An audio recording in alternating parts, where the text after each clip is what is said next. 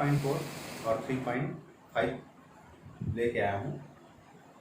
तो चलिए देखते हैं सॉल्यूशन 3.4 3.5 कैसा है। तो डियर, इसको सॉल्व करने से पहले मैं आपसे कुछ चर्चा करना चाहता हूँ। जैसा कि मैम ने आपको बता चुके हैं कि आप जब तक घर में पढ़ेंगे नहीं, है ना, जब तक घर में आप रिवाइज नहीं करेंगे, प्रश्नावली के प्रश्नों को बनाएंगे नहीं, तब तक जितना भी मेरा मेहनत है उसका कोई मतलब नहीं होगा। बच्चों, हम सब जानते हैं कि कोरोना वायरस का जो खतरा है, इस लॉकडाउन के पीरियड में स्टार्टिंग में जो मार्च में हमारा स्कूल कॉलेज बंद हुआ था, उसको उस समय की पीरियड से लेके इस समय के पीरियड तक हम सोच रहे हैं कि लॉकडाउन खुल गया, सब पटरी पे आ गया रफ्तार, लोग अपने अपने काम में लग गए हैं। ज़रूर लग गए हैं, लेकिन क्या हमको ये आप खुद महसूस कर रहे होंगे क्या खतरा पहले से कम हुए हैं? तो बच्चों, आप पाएंगे अगर आप इसका विश्लेषण करेंगे तो खतरा पहले से कई गुना बढ़ गया है। और जाने अनजाने अगर हम घरों से बाहर निकलते रहें, अपने मनमानी करते रहें, शासन पे सब कुछ छोड़ दें कि हम शासन के ही निर्देशों का पालन करेंगे, तो ये हम लोग की मूर्खता होगी। तो बच्चों, आप घर में बने रहिए, और घर में बने रहने के लिए आदमी 24 घंटा घर में रहता है तो कुछ ना कुछ काम चाहिए उसको, ताकि अपने आप को तंदुरुस्त रख सके, तरोताज़ा रख सके। तो बेटा, गणित एक ऐसा चीज़ है, अगर एक बार आपको जुनून हो गया तो जुनून आपको पूरा हल करवा के छोड़ेगा। और यकीन मानिए, अगर आप सवाल करने बैठेंगे तो आपका 4 से घंटा कैसे टाइम बात होगा आपको पता भी नहीं चलेगा।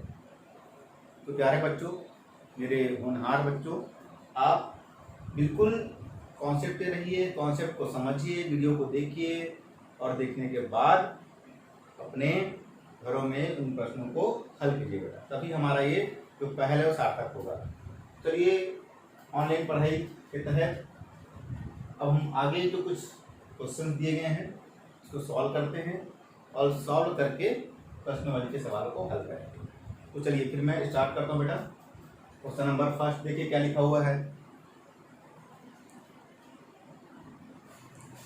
फर्स्ट क्वेश्चन लिखा हुआ है, हमें मैट्रिक्स दिया हुआ है, ए मैट्रिक्स दिया है, बी मैट्रिक्स दिया है, सी मैट्रिक्स दिया हुआ है।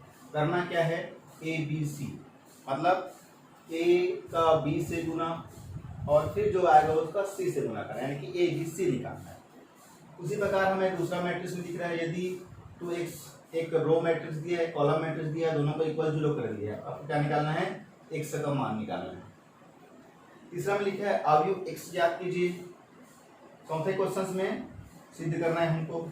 तो बारी बारी से आते जाते हैं, एक सवाल को देखते जाते हैं। तो सॉल्यूशन नंबर फर्स्ट देखते हैं। सॉल्यूशन फर्स्ट एकदम ध्यान से देखेंगे, बिल्कुल सरल है, बहुत इजी है। ए बी सी निकालना है हमको। ए की वैल्यू दी गई है एक्स वाई जेड, बी की वैल्यू दी गई है A H G H B F और जी एफ सी, और एक वैल्यू दी गई है, क्या है, X Y Z. X Y Z दिया मैंने डायरेक्ट यहाँ लिखा हुआ है, तो उसी को नॉन नेसेसरी दोबारा नहीं लिखा हूँ। आप गिवन को स्टार्ट करेंगे तो बहु प्रश्न को छाप देंगे पहले। इसके बाद हम क्या करेंगे, ए इंटू बी करते हैं। पहले हम क्या निकाल लेते हैं, ए इंटू बी निकालना है।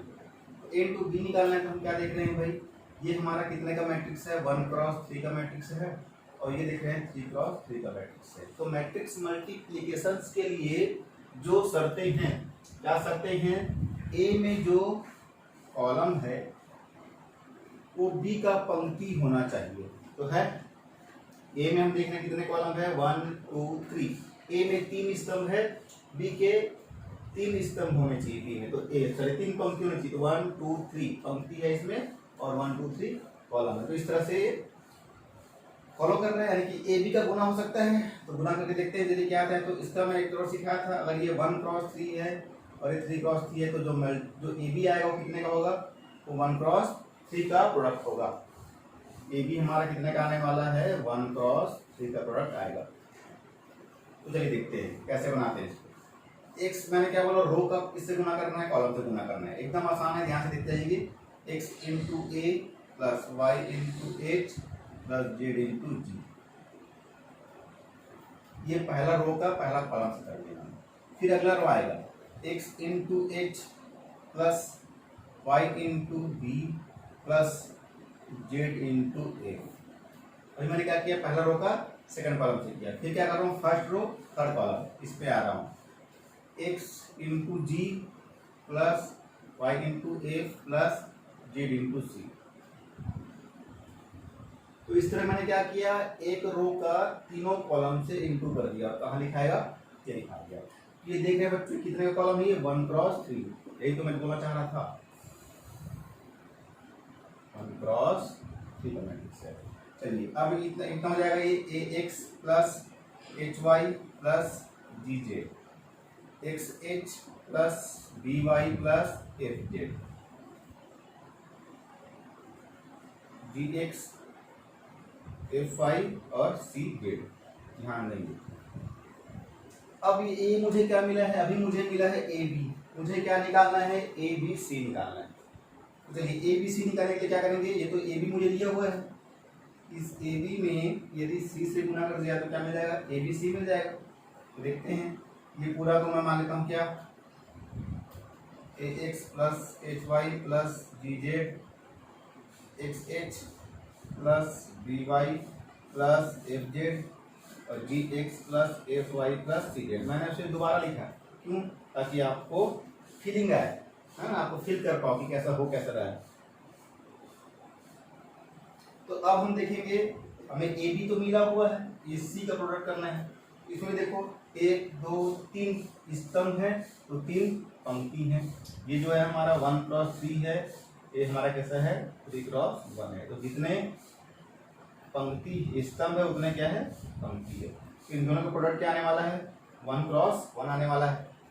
देखो मैं क्या करना चाह रहा हूँ इसको, अब हम क्या करेंगे, इस फर्स्ट रो का गुना फर्स्ट कॉलम से करेंगे। तो क्या आ रहा है, a x plus h y plus g z into x plus x h b y f z का गुना मैं किससे करूँगा, वाई से करूँगा, प्लस जी x f y c Z का गुना किससे करूँगा, मैं जेड से करूँगा।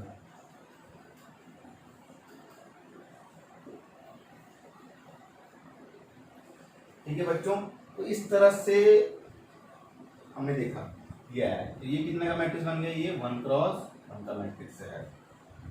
ठीक है, हल कीजिए क्या आता है, देखिए x से गुना करना है तो क्या जाएगा, X square H X Y, ठीक है, एच एक्स वाई प्लस जी एक्स जेड गुना हुआ तीनों को plus H X Y.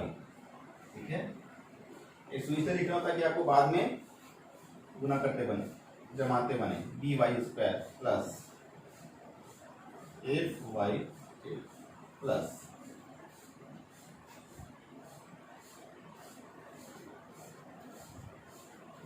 Plus क्या रहेगा, इसको देखो, g x z plus F Y Z plus सी जेड का स्क्वायर। बहुत ही स्मूथली पढ़ा रहा हूँ आपको, कोई ज़्यादा स्पीड में नहीं है। एक से स्क्वायर आराम से आप मुझे कवर कर सकते हैं। X square plus B Y square, मैं पहले इनको लिख देता हूँ, प्लस सी जेड का स्क्वायर। ठीक है, फिर इसी प्रकार हम क्या देख सकते हैं, फिर इसी प्रकार हमको क्या देखना है, देखो ये एच एक्स वाई है, ये एच एक्स वाई है, 2 X Y plus F Y Z है, एफ वाई जेड कितना हो जाएगा, 2 एफ वाई जेड प्लस जी एक्स जेड है, जी एक्स जेड है, 2 एक्स जेड हो जाएगा।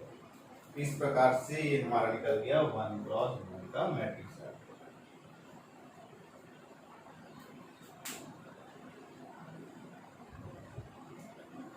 ठीक है बच्चों, तो ये है ए बी और सी निकल गया। तो फाइनली मेरा क्या निकल गया, A B C find out हो गया।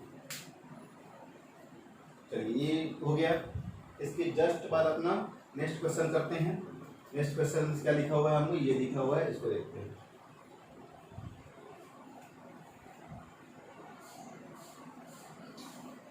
आप इससे नोट कर सकते हैं स्क्रीनशॉट लेके।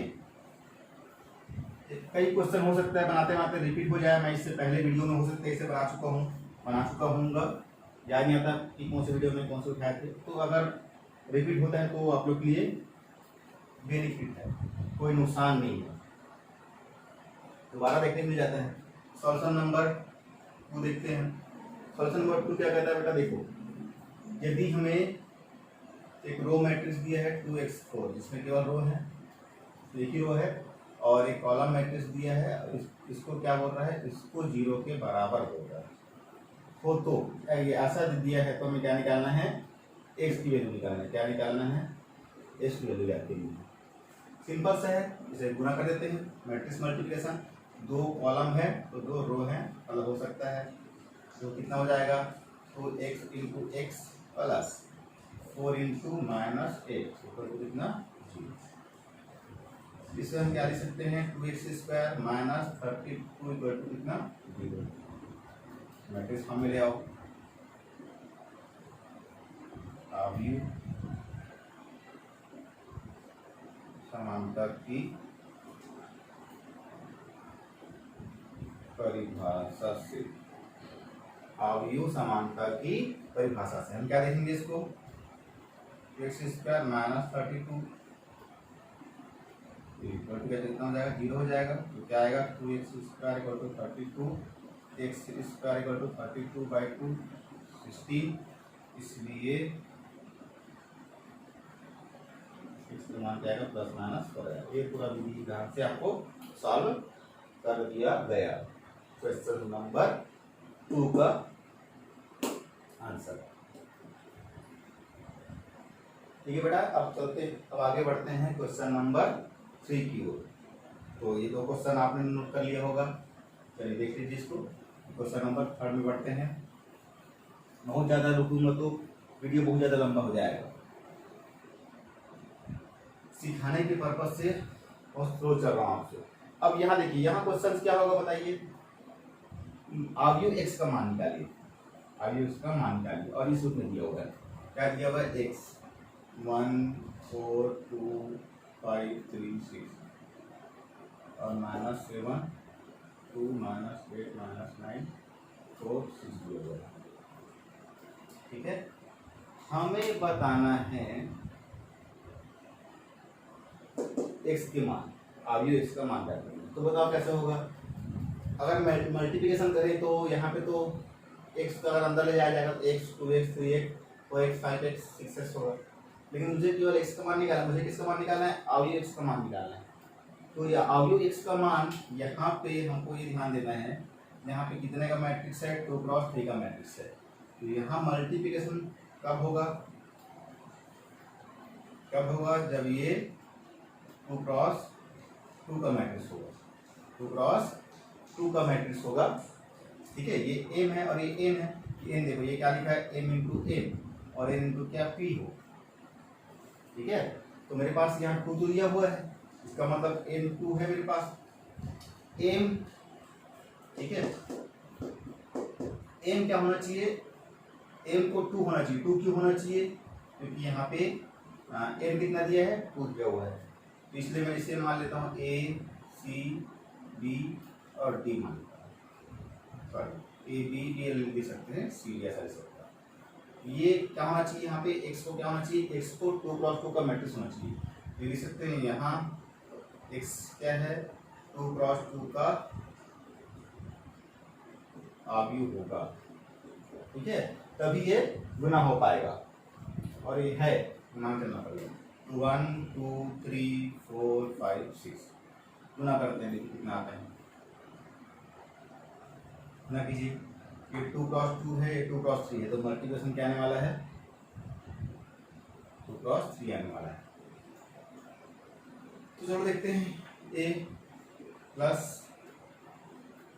4c फर्स्ट रो का फर्स्ट कॉलम से हो गया, फिर फर्स्ट रो का सेकंड कॉलम पे करें तो 2a प्लस 5c ए प्लस 5c। फिर क्या देखेंगे 3a प्लस 6c। इस फर्स्ट रो का इससे किया गया, इससे किया गया, ये मिल गया हमको। अब हम क्या करेंगे सिमिलरली सेकंड रो का फर्स्ट से करेंगे। सेकंड रो का फर्स्ट है कितना आएगा b plus 4b, 2b plus 5b, 3b plus 6b, 2b plus 6b। इस प्रकार से हम देख रहे हैं कैसे हमारा 2 क्रॉस 3 का मैट्रिक्स आ चुका है। अब अभी हमने क्या निकाला है, अभी हमने केवल इतने को सॉल्व किए और ये इतना कितना आ गया हमारे पास, इन दोनों का मैट्रिक्स कितना आ गया, ये जो मल्टीप्लिकेशन कितना आया, गुणनफल कितना आया 2a plus 5c, 3a plus 6c, b plus 4d, 2b plus 5d, 3b plus 6b। ये वीडियो टोटल आपको फोकस करके बनाया जा रहा है। जो बच्चे लास्ट बेंच में बैठते हैं, ठीक है, उन बच्चों के लिए भी सोचा गया है। लास्ट बैक बेंचर्स बिल्कुल ध्यान रखेंगे, ये आप ही के लिए बनाया जा रहा है। चलिए अब हम यहां से क्या ले सकते हैं, आयु समानता की परिभाषा से क्या हो जाएगा हमारे पास a plus 4c equal to -7, 2a plus 5c equal to -8, 3a plus 6c equal to -9, b plus 4d equal to 2, 2b plus 5d equal to कितना है 4 और 3b plus 6d equal to कितना है 6 है। तो समीकरण नंबर 1, 2, 3, 4, 5 और 6 suppose मान लेते हैं। क्या हमें मैट्रिक्स का मान मिल गया, क्या हमें इस x का मान मिला, अवयव x का मान मिला नहीं मिला है। तो अवयव x के मान कैसे निकलेंगे मेरे पास, जब मुझे ये मिलेगा, मतलब x बराबर है क्या a b c d। तो मुझे फाइनली निकालना क्या पड़ेगा, a का मान निकालना पड़ेगा, b का मान निकालना पड़ेगा, c का मान निकालना पड़ेगा और d का मान निकालना पड़ेगा। अगर ये चारों वैल्यू में निकाल लिया तो क्या मिल जाएगा, x का मान मिल जाएगा। बेटा गंभीर मत लीजिए आप, मैथ्स पढ़ते वक्त गंभीर नहीं होना है, ठीक है, मजे से बनाना है, आनंद लेके बनाना है। तो चलिए देखते हैं ए बी और ए सी कैसे मिलेगा, है ना। तो हम ये देख रहे हैं, देखो इन दो समीकरण को फोकस कीजिए। इन दो समीकरण में आपको क्या दिख रहा है, ए और सी के फॉर्म में दिख रहा है। इन दोनों को आप विलोपन विधि लगा के हल कर सकते हैं, प्रतिस्थापन विधि से हल कर सकते हैं, या वज्र गुणनफल विधि से हल कर सकते हैं, या आलेखी विधि से हल कर सकते हैं। 4 विधि हमने पढ़ा है समीकरण, है ना, ये ऐसे समीकरणों की एक से एक समीकरण को हल करने के लिए।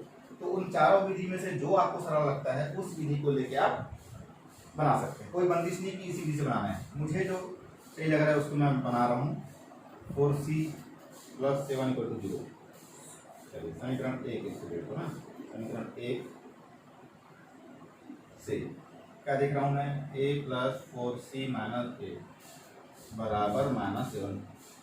इसको ऐसे भी किया जा सकता है क्या, a plus 4c plus 7 equal to 0। उसी प्रकार मैं क्या देख रहा हूँ, समीकरण नंबर बी सेकंड में देख रहा हूँ 5c इक्वल टू क्या है -8, समीकरण 2 से।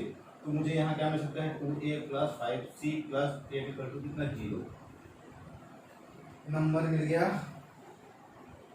इसको अब 5 6 तक हो गया था, इसे आप 7 बोल सकते हैं, समीकरण नंबर 7। इसे क्या बोल सकते हैं, समीकरण नंबर 8 बोल सकते हैं।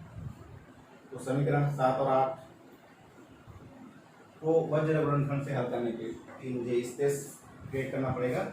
तो मैं यहाँ से इसको हटा देता हूँ, तो लिख चुका हूँ इसका भी, इसको लिखा ऊपर से मिटा देता हूँ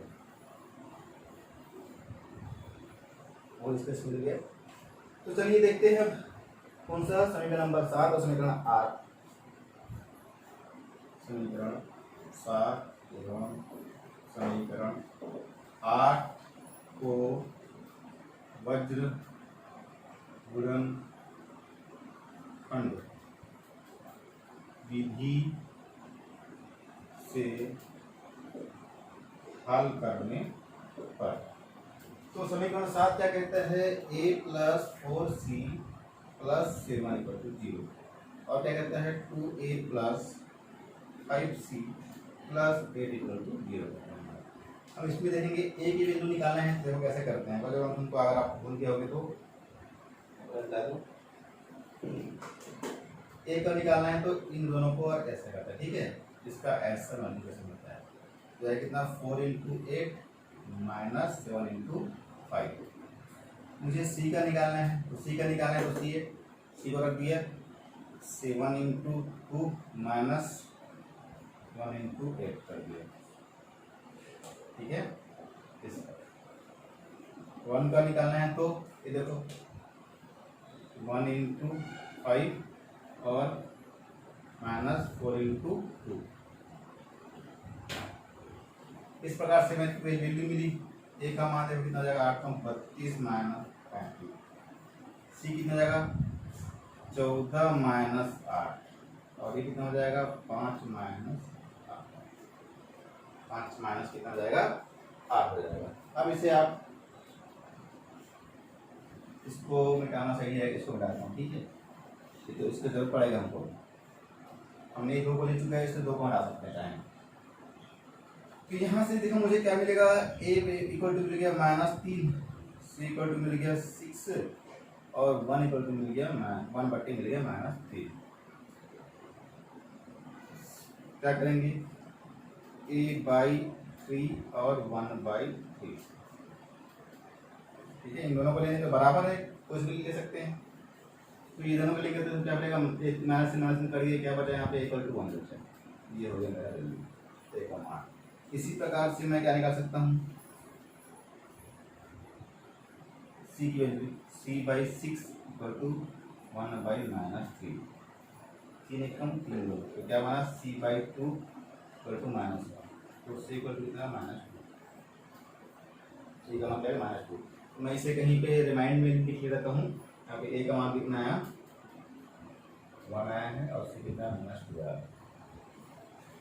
ठीक है। तो मुझे इसे इस तरह फिर से खाली करना पड़ेगा। इस तरह से मैं इसे हटा देता हूँ, ठीक है। देख लिया आप, इसको सॉल्व लीजिए, नोट कर लीजिए।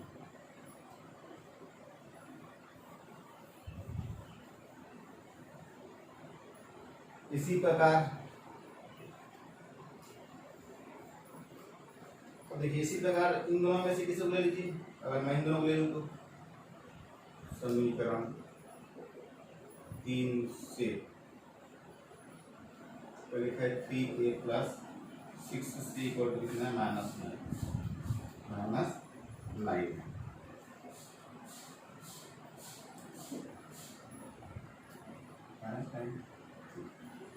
अब ये जो है इसको अपन हल करें तो कितना हो सकता है 3a plus 6c plus 9 equal to 0 सकता है। इसी प्रकार समीकरण नंबर 4 से कितना है b plus 4d equal to 2, b plus 4d minus 2 equal to 0। ये कहाँ से आया 4 से आया, समीकरण 4 से। तो पहले अपन 7 8 बना चुके हैं, इसको ले लेते हैं 9, इसको ले लेते हैं 10। समीकरण बनाते जाइए, कुछ टेंशन नहीं है। समीकरण 9 व 10 को वज्र गुणनखंड विधि से हल करने का। ठीक है बच्चों, तो आप राइटिंग पे ना जाए, भावनाओं पे जाइए, ठीक है। भावना क्या कहता है, तो इन दोनों समीकरण को हम बजबंधों से हल करेंगे। तो क्या कहता है a बटे कितना जाएगा। अगर मुझे a का मान चाहिए तो कितना, तो थोड़ा सा मैं सजा लेता हूँ इसके सामने b और b माइनस 2 इक्वल टू 0। देखो मुझे अगर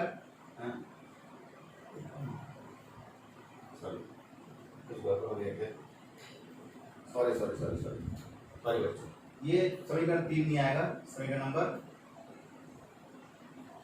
4 से आएगा। क्योंकि समीकरण नंबर 3 में c लिखा हुआ है तो मुझे c का मान तो नहीं चाहिए मुझे। 4 और 5 रखिए, थोड़ा सा रिटेक कर लेंगे आप, ठीक है। समीकरण नंबर ये तो ठीक है, इसको मैं हल्का समझाया था, ये वाला क्वेश्चन, सॉरी बच्चों टाइम गया आपका। तो बी इसको है ना, ये इसको ले चुका हूँ, इसको ले लेते हैं। समीकरण नंबर 4 से था, समीकरण नंबर 5 से, समीकरण इससे 5 से ले लेंगे। तो 5 में क्या मुझे क्या दिख रहे हैं, 2b प्लस 4d, समय रहते पकड़ लिए तो ठीक, तभी स्टूडेंट हो जा रहा था। ये नंबर हो गया आपका क्या था ये 9 था, ये 10 ले लेंगे, 10 ले लेंगे, ये 9 है। तो यहाँ से अब हम देखेंगे तो यहाँ की तरीके का 2b plus 4d, 2b plus 5d, 2b plus क्या है, 2b प्लस 5d बराबर 4 है। एक बार अगर गलत होता है तो फिर गलती होना स्टार्ट हो जाता है। ये हो जाएगा 2b प्लस 5d, तो आपको धैर्य बना रखना है, हो जाता है छोटी मोटी गलती है, चलती रहती है, समय पे याद रखिए 0। इसको नंबर ले लेते हैं अपन 10, ठीक है बेटा। समीकरण 5 से, समीकरण 4 और 5 को हल कर रहे हैं। तो 4 से देखिए हमने क्या मिला, हमको 4 से हल की तो समीकरण 9 मिला, और 5 को हल की तो समीकरण नंबर 10 मिला। अब हम क्या कर सकते हैं समीकरण 9 और 10 से, देखियो अगर मुझे b का मान निकालना है तो b का मान निकालने के लिए मुझे क्या करना पड़ेगा, 4 गुणित -4 माइनस 5 गुणित -2, ठीक है। ये गुना हो, फिर मुझे क्या निकालना है, डी निकालना है। फिर डी के लिए कैसे करूँगा मैं, उसको रख दूंगा 1 इंटू -4 माइनस, ठीक है, कितना हो जाएगा 2 इंटू -2 1।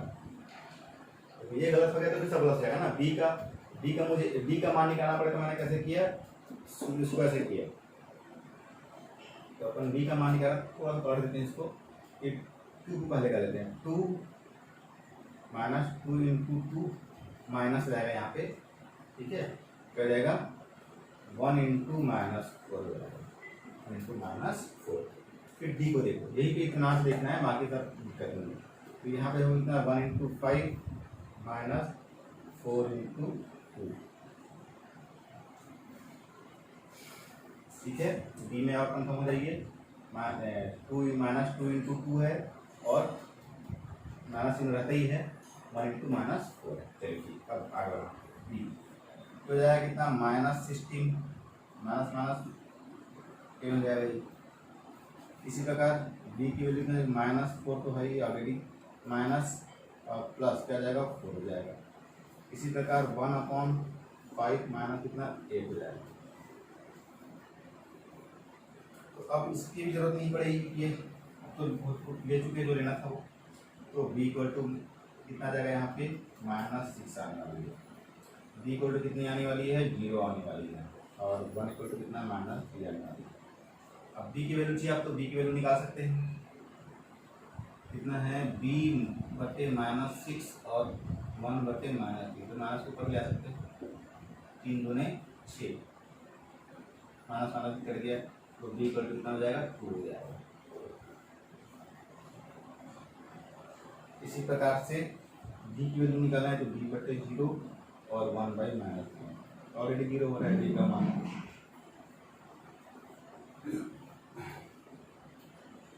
तो मेरे पास b का मान क्या मिल गया, b का मान मिल गया 2 और d का मान मिल गया 0। तो मैं इन सारे वैल्यू को मैट्रिक्स में पुट कर दूंगा।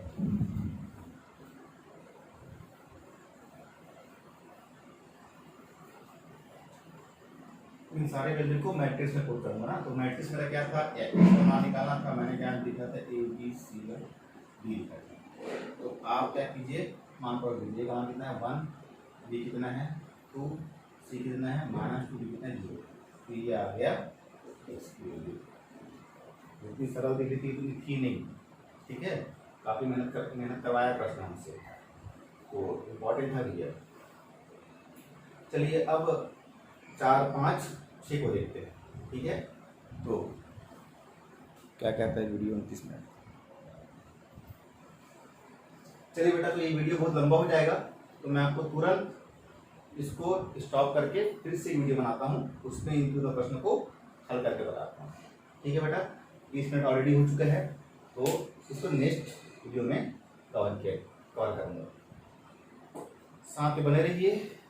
चलिए जस्ट अपन 4, 5, 6 को देखेंगे नेक्स्ट वीडियो में।